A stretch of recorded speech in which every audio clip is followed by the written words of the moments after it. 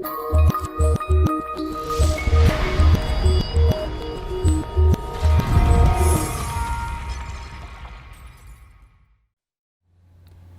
Gary here.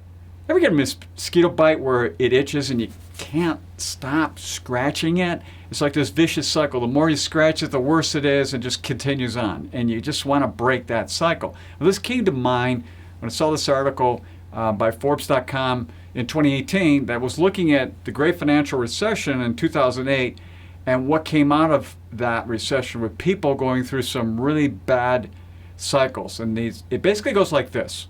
We start with physical health, and this survey that was done showed that if you had a high level of financial stress versus low, back pain was 50% for high, 30% for low. Insomnia was 40% for high, 50% for low. High blood pressure, 35 versus 25. Migraines, 45 versus 15. You get the point. Is you have this first part, which is this physical health is breaking down. Then it cycles into delayed health care. Well, if you don't get the health care, it doesn't get better on its own necessarily. And then it cycles into mental health. Now, we know that this is true from what we see in the financial wellness world, with the way people who show up who are financially stressed, then physically and mentally stressed, how they show up. And it shows up in four ways. Number one is absenteeism. Right, they're absent more often.